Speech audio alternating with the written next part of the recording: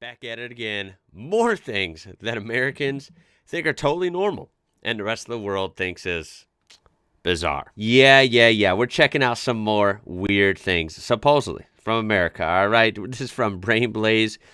This must be one of Simon Whistler's 85, 95, 100 channels. I don't know. The guy is like a YouTube workaholic.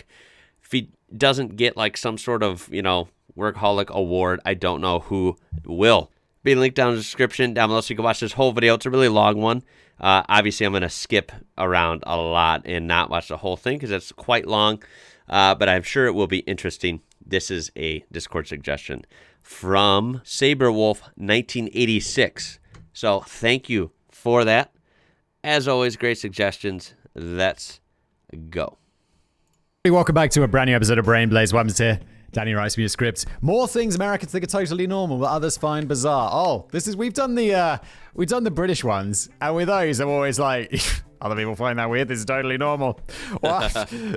Everyone must do it like this. And then I read these American ones, and I'm like, Americans are weird. Anyway, let's crack on. I guess we are. Ice, baby.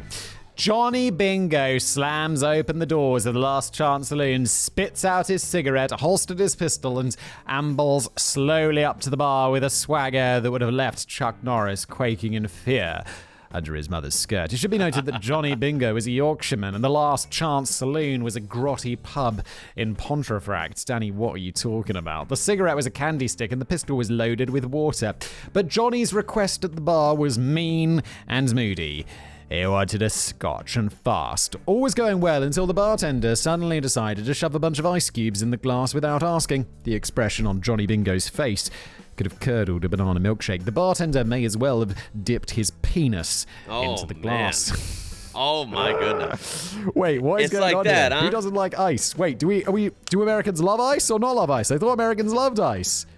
Although it would be weird. You would ask whether someone wants ice in a whiskey, because that's a personal preference. Why would anyone contaminate a perfectly good scotch with ice? Maybe it's Americans who are weird for having such an unusual obsession with ice, or maybe it's the rest of the world who are weird for generally serving their drinks at room temperature. Yeah. Serve drinks at room temperature? That is weird in itself. I mean... Yeah, it is. No one serves you. You have it out the tap, and it's cold out of the tap, like water, or if you're making a squash or a cordial or something. But... otherwise, you don't have a Coke sitting around, like, out in the room at, like, 20 degrees and they'll be like, that's nice. You have it in the fridge. Yeah. Right? That's not an American thing. And also, ice is...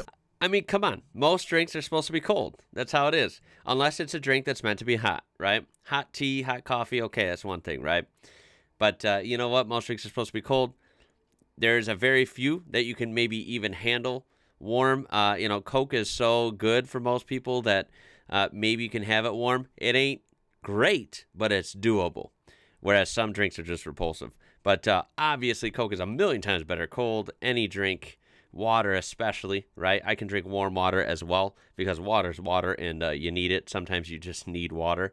But so I drink warm water. I think I'm actually drinking warm water right now. This is not cold. But obviously, cold water, 10 times better. As for the scotch, the whiskey thing, that one, I actually have to say that could go both ways. I wouldn't mind if it was iced. It wouldn't really bother me. But then again, that's another one you could take straight as well. No ice. But typically, most things, yeah, I like a lot of ice. I think a lot of people in America do.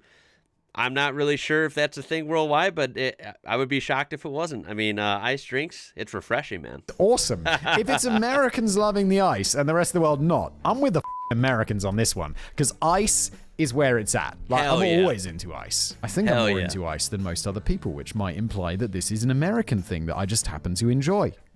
Fascinating, Simon. Let's go. I'm probably not the right person to comment, as I don't even shove ice into my drinks on a sweltering hot day. I feel as if ice shouldn't be rattling around in my glass. It's a bit like making a nice cup of proper coffee and then dropping croutons into the mug. No, I completely disagree. Ice is awesome. Yeah. I love ice. I don't know why I love ice so much, but ice is just f***ing killer. But I can obviously understand why optional ice might enhance a refreshing summer drink anywhere else in the world. It's just that America goes mad for it in comparison to the rest of the globe. You know, one thing I hate, if we start talking about crushed ice, I could slap someone in the face if they...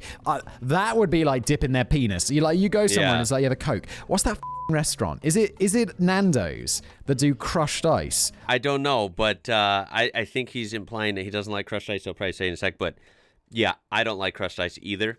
Cubed ice. Let me be specific if we're talking about ice. Cubed ice is great. Oh, it's so good. I don't know what it does, but it makes everything better. It's crisp. It makes the drink crisp, right? So if it's, you get a glass of ice water on a hot summer day, cubed ice, water, boom, you are living life. Crushed ice, though, oh, I don't like that stuff. It interrupts the flow. It interrupts the flow of the drink. If you're using a straw, it messes with that, in my opinion. You got to, fight the straw to get it down in. I don't know. Crushed ice is a pain. I usually think, in most experience, it actually melts faster. It's just kind of like, what is this, man? Yeah. I hate that. It's just nonsense. Yeah. It melts faster, so it waters down your drink, and it's impossible to drink it. It's like you're kind of drinking it like this, and all the bits of ice are he said exactly what I said. It interrupts the flow, man. The liquid's trying to get out, and it's just going through just endless obstacles. Whereas cubed ice, it's straightforward. It still has gaps to flow through. Flows right in your mouth. You're happy. There you go. In your teeth Come and on, causing guys. brain freeze, and you're trying to drink your Coke, but it's literally just clogging up the thing. You're like, why? I just wanted ice. Why did you crush it? It's more work, and it makes it more shit. Why is crushed ice a thing? Simon is speaking truth here. Why am I so angry about crushed ice? Probably because I love Nando's, but you with your crushed ice, you piece of shit. What is Nando's? We're going to look that up together. Ready? We're going to look that up. Well, do I feel like a goofball? If this is the same Nando's he is speaking of, it is a franchise restaurant based out of South Africa. Very interesting. And guess what? They got them near me. They're in the Chicago area, in Chicagoland, downtown and in the surrounding suburbs. So maybe, just maybe, I might be going to make a video and a new experience at a Nando's. Tell me down below in the comments if you have Nando's near you and if they're good and what to try, because I've never heard of them in my life, and I'm apparently surrounded by them. Boy, they look pretty good. Look at the images here. UK's favorite chicken. They're from South Africa. They must be really popular in the UK. I need you all to comment down below. Anyone that's tried this, loves it. Tell me if I should go there. Tell me what I should try. An entire glass of soda is often crammed with ice before anyone considers pouring in the actual drink. An extra cup of ice is sometimes ordered to put on the side in case the first lot melts too quickly, really. America just can't get enough of this stuff. Frederick. One quick note, no matter what kind of ice, though, there's always a happy medium. Yeah, I just want, low, medium to medium amount of ice. Too little, it's like, what's the point? And, of course, too much. I don't like that. Now, some people do like extra ice. I know that's a thing, but I don't. I don't like too much ice. People, if they fill the whole cup up with ice and then pour drink in, gosh, you're barely getting any drink here, man. That's a little excessive, and I'm not a fan of that. Tudor is partly to blame, as well, as he was the entrepreneur who launched the great American ice industry near the beginning of the 19th century. Nicknamed the Ice King, Frederick was responsible for exporting quality American ice to tropical climates for the first time. The operation turned into a smooth success once he'd figured out how to stop his product melting before it reached the customer, along with all of his profits. And the Ice King later turned his attention back home, convincing the American hospitality industry that drinks should be chilled with his ice as standard. I don't find this weird. I love this. I love that this was exported, and I don't often, normally I'll just drink the drink out of the can because I can't be bothered to pour it into a glass. And also, in a way, if it's in the glass and there's not a can, I kind of feel like it's missing ice. Just me. I love ice. Cute, Danny. Just kidding, I love you, Danny. It's a trend which very briefly caught on in Victorian England until it was deemed too expensive and dismissed as a passing fad. Perhaps part of the reason that grumpy Europeans aren't quite as keen on ice is that we feel we're being conned if we pay good money for a drink which has been suspiciously topped up with cubes of frozen water. Now that is a fair point, because sometimes you'll go somewhere. I guess and I do find this true. But often in America, they'll just fill up your drink for free, right? I was just going to pause it a second earlier and say, well, it doesn't really matter because you pay for your drink, but you get plenty, don't you? Here in America, 98% of restaurants, they just keep refilling it. If you're at a sit-down place, they'll keep refilling it if you ask, or they'll ask you. And, of course, if you are a self-service place where, you have access to the drink machine, you can go get your drink over and over and over again. So it doesn't really matter, does it, if it's quote unquote watered down? If you like order a soda, it will come and then you drink it, and like at most like chain restaurants and shit, and they'll bring you another one for free, right? Right. Or like, right? Is that That's true? Is hella that? I feel American. like that's how America works. Yes, it is. But in the UK, they'll be like, no, you gotta. There's no shots. That you're betting another one, and it'll be like £3, £4, Wow. and you're just like, See, okay, that I'm just gonna sucks. sip on this really slowly. Not gonna lie. If that was That's whack, man. That's whack. full of ice and you weren't getting a free refill, it'd be like, you. I'll just bring me the can. And this is not a problem in America, thanks to another glorious, quirky concept, the free refill! Yes! Yeah. Tourists are often taken by surprise when they realize that they don't have to pay for a second soda or coffee in many American establishments where beverages are not the main money spinner. And again, I f***ing love this about Yes. America. This is a great thing. How can you I mean, not? you might look at the menu and it'll be like, oh yeah, $2.50 for a Coke. And then you get the bill and it's actually like $17 once they've added like tax and tips on there. But the fact that they'll bring you like 7 of them is really great. And then you get back in the car and you're like, oh my God, I need a slash so bad right now. It's a cost-effective strategy for businesses who make their money on food, as the actual cups often cost more than the soda, and nobody minds how much room the ice is taking up because the next one is on the house. Right. I'm with Johnny Bingo on the whiskey thing, though. I'd be just as unimpressed if a bartender diluted a perfectly good scotch without asking. A proper scotch has no place on the rocks. Agreed. I do like ice I'll agree in with bourbon. Like, generally, the cheaper it goes, the more I'm into putting ice in there. There's no way I'm putting it like a single malt whiskey or like a nice blend or a particularly fancy bourbon. I'm not putting ice in that shit. Little drop of water to open it up, and that's about it. Well, excuse me, princess. Still, if that free refill concept had ever caught on in pubs and bars, I'd be able to take up permanent residence in the Last Chance Saloon, and you can serve me whatever you damn well like. There are some very occasional places where it's like, no, you could just, it's free refills on beer, and it's like, what? Dang. Okay. I need to I'm find about that. to get up now. Yeah.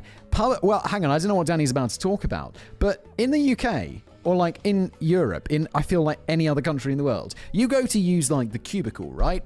And that door comes all the way down to the bottom. Or maybe there's about this much space at the bottom. In America, Makes it's sense. like, why is it so high? Like, you can see like you can see most of my horrible. legs. Why not do it down to the bottom? Some of them are even like fully sealed little rooms. So you can't even hear the person next to you taking a shit, which is really nice. Right. What's up with the Look at that. That's so accurate. Why so much space? Why? This is weird. Such a concept hasn't really caught. I don't get it. I've seen this on other videos before, so I know this comes up a lot, but you know what? It's a good one, man. It is so legit, or a legit concern, I should say. I don't know why it is like that. I've heard different excuses like, oh, it's for safety, if they need to pull someone out or something and the thing's locked or something. I don't know. That's kind of weird, right? And then like so people can't like shoplift in there or do drugs in there or something. I don't know. Like it can't be too private for safety reasons. All these different things. I don't know. I think that's kind of weird though, right? It most people. I'd like to think most people are just trying to do their business and get out. They're not really up to no good in there. They're just trying to get in and get out. And you got no damn privacy, man. It's messed up, and most people end up avoiding public bathrooms for that reason. I'm one of those. If I can hold it till I can get home, I'm gonna do it, right? Because that public bathroom is just, it's not ideal. It is not ideal, right? It is just, it's weird, and the fact that every other country basically, it's more private, like it should be. It makes sense. U.S. dropped the ball on that one. What's on in America, where using a public toilet is treated more like a social occasion Yeah. in which you get an opportunity to shoot the breeze with your fellow lavatorial adventurers. Those gaps around the stall walls are frighteningly big, yes. It's not just the fact Yeah. that a grown adult could, in theory, slide underneath the massive gap at the bottom of the doors while you're making a deposit at the porcelain bank. Yes, Yeah. it's fucking, there's a big gap. Why, America? Yeah. There's also Don't know. weirdly big gaps at the sides, which allow you to poke it over Yeah, and that chat with too. your neighbor. It even be a big That gap. one's weird. I mean, obviously you see the gap at the bottom, way too big, right? That's the one we're talking about. But that one, Now, I don't know if it's the angle. On this one, you can see the sides. They don't look too big. The gaps on the sides, the actual door, and then the frame there, they don't look too bad. But on other ones, they're pretty bad too. So it's like you got like a couple feet of just total like open, like, hey, look at me down here. And then you have really uncomfortable the gaps on the sides, which they can see everything like at that point, right? Because it goes all the way up. It is so messed up, man. Gaps around the edges of the door just in case you want to make eye contact with passers-by in the restroom. Like you're building a tiki castle. It's no wonder the tourists feel so taken aback by using one of America's semi-exhibitionist restrooms for the first time. As one Reddit user put it, you could put a man on the moon, but you can't design a setup whereby he could take a dump in comfortable privacy. Sort it out, America. But what's the reasoning behind the ludicrously big gaps? It's been suggested that it's to dissuade cubicle users from engaging in antisocial activity, such as having sex or snorting a few lines of coke in full view of everyone else in the room. I don't know what you're talking about. Coke is a very social activity. You're not doing coke and then just going home and having a chill out. You're doing coke because it makes your life awesome. No, I'm just joking. It's not antisocial to do coke in a bathroom. So that's how he works so much. It's very enough. Bail. Just a quick question I like to ask Americans about your cash bail system. What the actual flip, America? The rules seem pretty straightforward and fair in most of the rest of the world. Whilst awaiting trial, there's a general presumption of bail unless you pose a significant risk to society. Right. The conditions of bail involve the subject agreeing to follow a perfectly reasonable set of restrictions. Money never comes into the equation. Yeah, this is true. Like, no one's like, oh, you're a bit risky, so you're going to have to pay like a really expensive bail. It's like, look, if you're risky, you stay in prison. That's how it works. And I'll admit, what he's saying makes sense. It makes sense, right?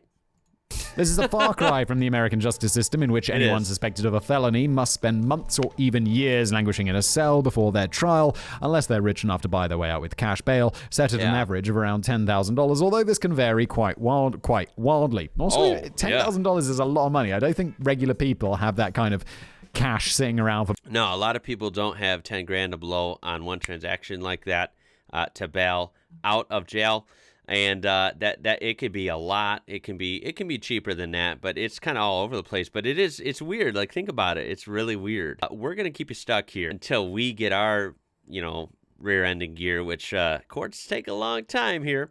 And the only way you're getting out of this if you fork up some cash. I mean, come on, that's some organized crime right bail, there. Right? And also, does it really take months or years? That feels a bit like not just, because then they're like holding you without. What's it called? Like, I think the maximum in the UK is like 28 days or something, and that's for like terrorist offenses. I think it's 3 days before they charge you. Although maybe you can be charged and you're awaiting trial. I don't know. Of course, you get the money back after the court case is completed, and the whole point is to encourage you to show up to trial rather than do a runner and lose all that dough. If you're a bit short on funds, you could always obtain the money from a private bail bond company, but this involves paying them a non-refundable 10 to 15% of the full amount up front, which is not always going to be a viable option if your bail has been set at $15,000 and you haven't got a pot to piss in. And if you skip bail without paying back the bondsman, you're going to have a bounty hunter on your tail who can pretty much do whatever he likes to track you down and recover the money. Isn't that one of those situations, like, if you're just you gotta leave, you gotta go and like live in like Belize or something like that, right? You gotta run far it's away. Like, you gotta go. From here on out, I'm Mr. Low Profile, just another douchebag with a job and 3 pairs of dogs. Hey, one of the best shows ever, right there. It's like the days of the old Wild West never reached the end credits. The only other country in the world to have spawned. I was just gonna say it. He's stealing my words, man. We're thinking alike here.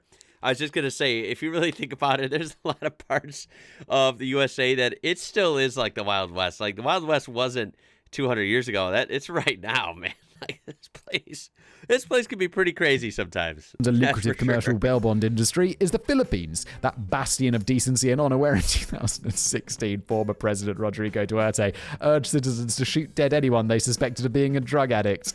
Duterte's insane. That whole situation, his anti-drug thing in the Philippines, like, we could do a video on that because it's full on crazy. And the whole concept seems just a little bit twisted. Right now, about 500,000 Americans, many of them innocent, are awaiting trial in jail because they can't afford to pay the bail. That's about 2/3 of the entire US jail population. No fucking way. And a lot of Americans are already in jail. Like, it's a high percentage. Oh my. Yeah, I Someone think we falsely do have accused of a traffic violation. very high percentage of like people in jail compared to other countries, I think. Why you can't go to prison for a traffic violation? I mean, unless you're like your traffic violation is like running into a crowd of civilians. Civilians. Like there's non-civilians. I mean like pedestrians. That's the right word.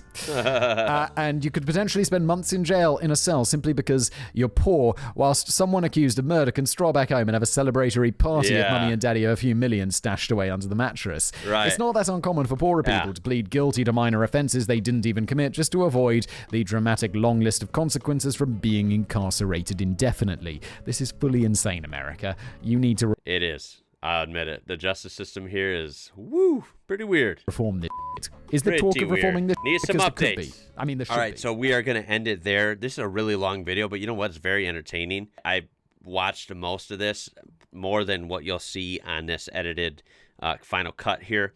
But yeah, this is linked in the description down below. Highly encourage you to check out the full thing uninterrupted. All right. It was really cool. Different than the videos I've seen from him on other channels. This was less of a straight up scripted video with like a top 10, whatever, you know. This was more like sort of like a half podcast type deal, like where it would be a topic, but then just kind of talking freehand about it. It was kind of neat. I liked it. And yeah, I hope you liked it as well. If you did, you got to smash that thumbs up button. Like the video. It will really help it out. I do appreciate that. And of course, you can subscribe. Join this amazing community we have on this channel. And we're on our way to 100K. So be a part of that. I would love to hear your comments on this. These are always fun. These always generate good comments. So I will definitely enjoy interacting with you down there. Always good stuff from Simon. He's just fun, man. And he is like a YouTube legend. The guy is on like so many channels, and he must film all the time. I don't know when this guy goes out in public. I don't know when he goes outside. I don't know when he goes for a jog or goes to play some sports or something, get some exercise, go to eat. You know, I don't know, because he's always making a video. That's what it looks like. I don't know when he sleeps. Always fun watching his stuff. But yeah, in conclusion, guys, my name is Ian. You're watching IWrocker. And until next time, from the weird land, America land here, I'll catch you later.